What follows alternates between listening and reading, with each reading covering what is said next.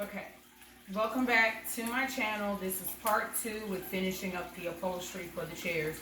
If you watched part 1, you saw that we went and we cut out 4 individual squares for this particular pattern, and you saw that we had a surplus of material left.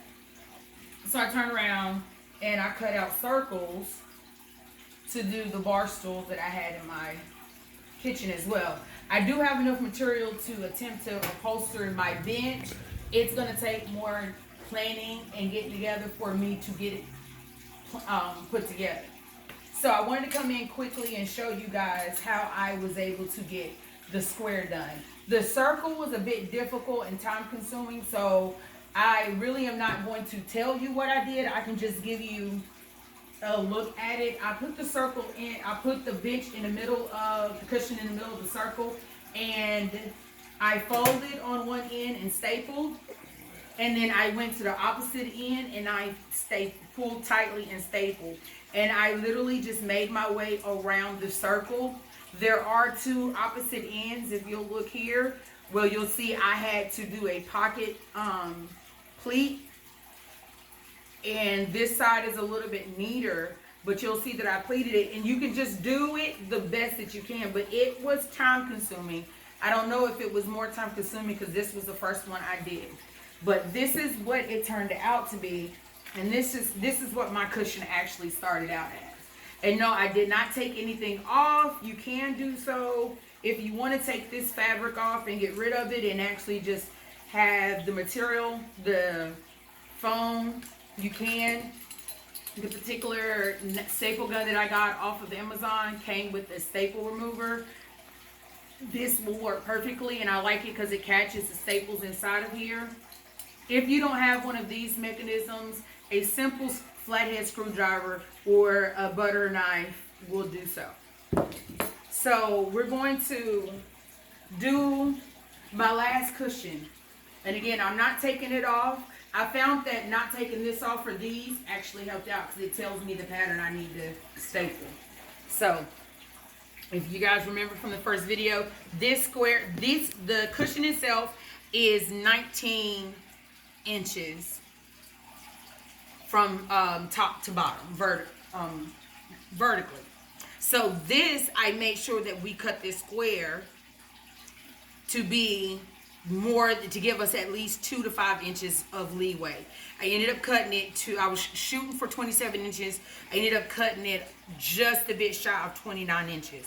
So what you want to do is center that in there.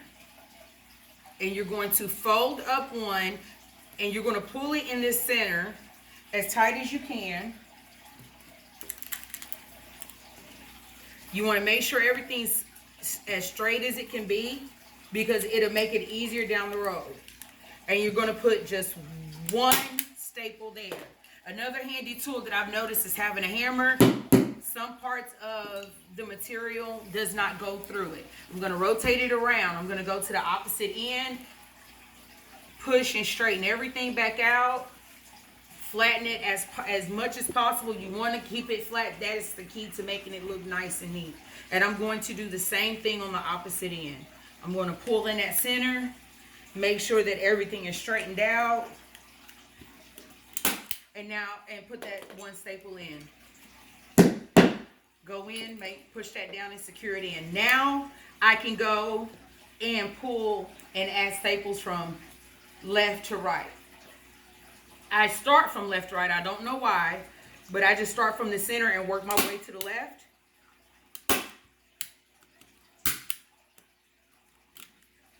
I just ran out of staples. This is a good time to show you. My particular staple gun is very simple. You pop this out here, pull this out. The kit that I came with different sizes. I attempted the oval size. I found that the square ones work best with upholstering my chair. I put them with the staples going up, slide it in there, and you just put this bad boy back in the direction that you pulled it out of. Push it, hook it back into that hole, I put this back in here. I put the little flap back up just to make sure that it's secured in there and it doesn't fall. And you're good to go. And you're going back and you're stapling. You're going to do the same thing to the opposite side.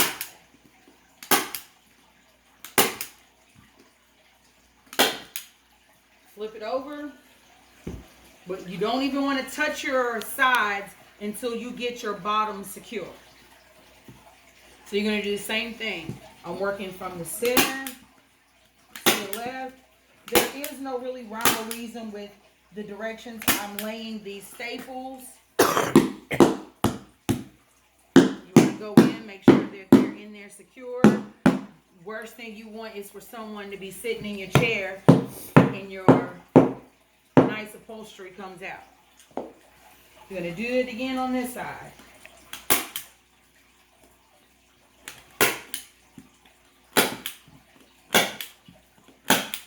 Now here's the fun part.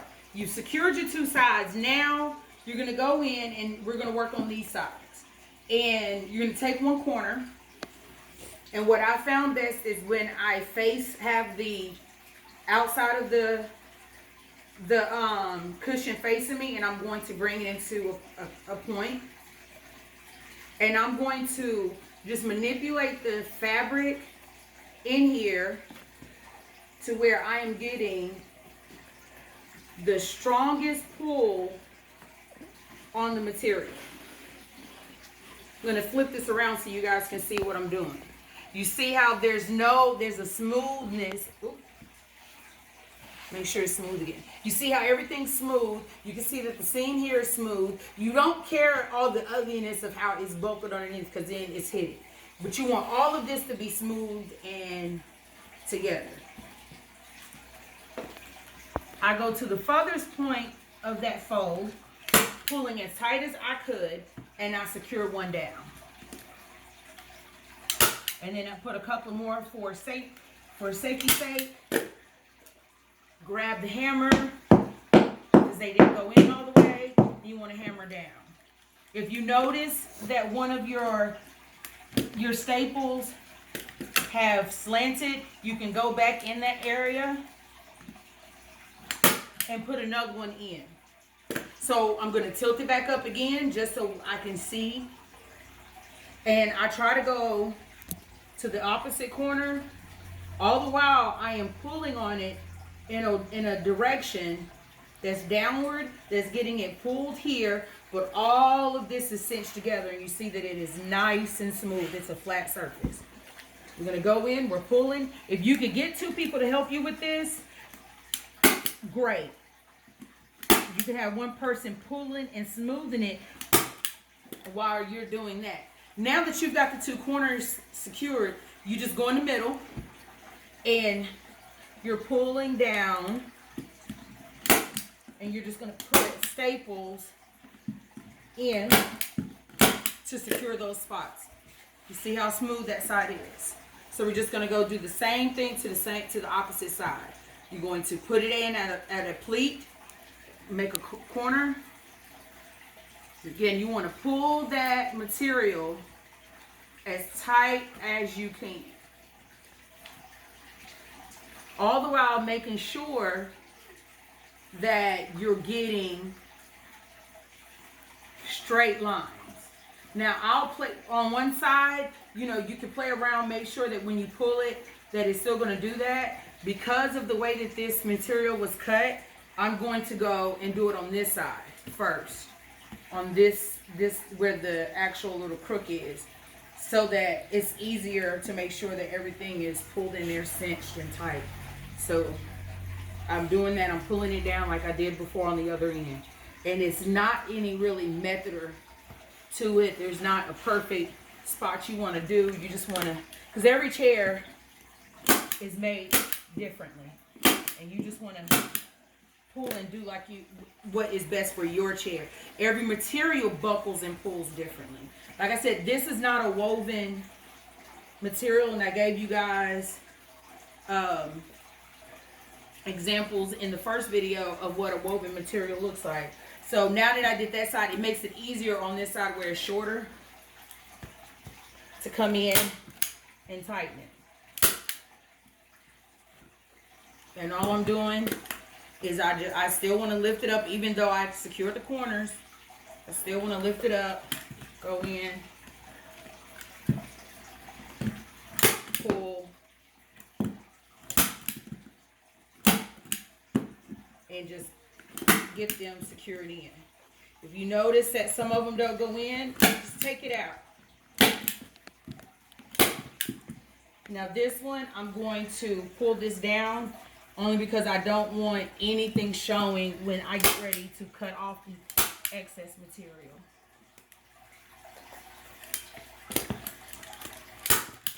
I try to cut the least amount of material I can, so I try to use as much of this material as you can. I am going to go around, just look around and examine your cushion. And you can be the judge as to where you feel like you need to put any more pleats. Honestly, I'm over and I'm out of staples. So I'm going to now, because I could go back and I was going to secure that down just so I didn't have to cut. But I am trying to make this a quick video.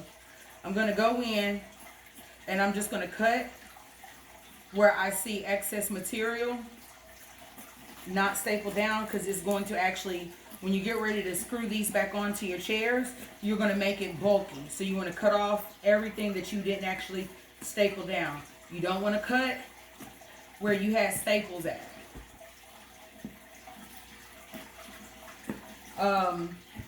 I'm not going to show you guys how to reattach the chairs, because the way that I reattach these chairs may be different from the style of chair that you're using.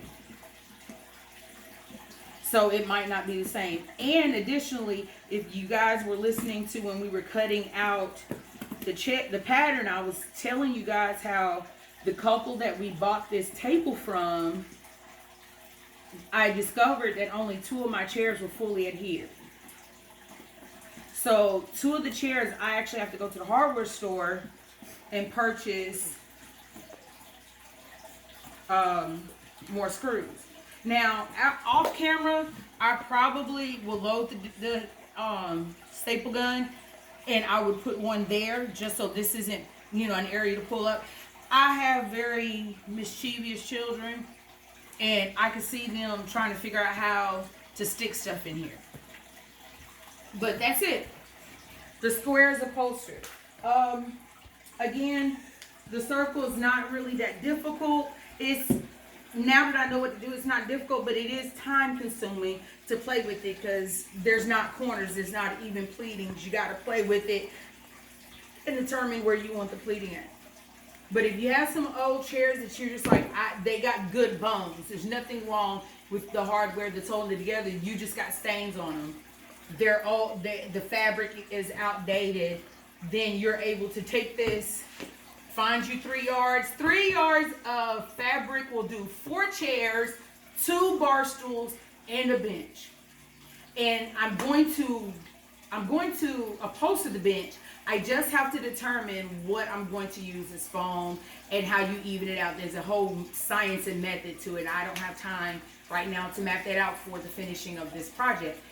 And I got to get out the door because I have a kiddo that needs to get picked up from school. So you guys, thank you for tuning in to this edition of Tea Time with Sonia and the upholstering of the chair. I will attempt to put in some photos at the end of this video showing you guys what the chairs look like put together. Thank you.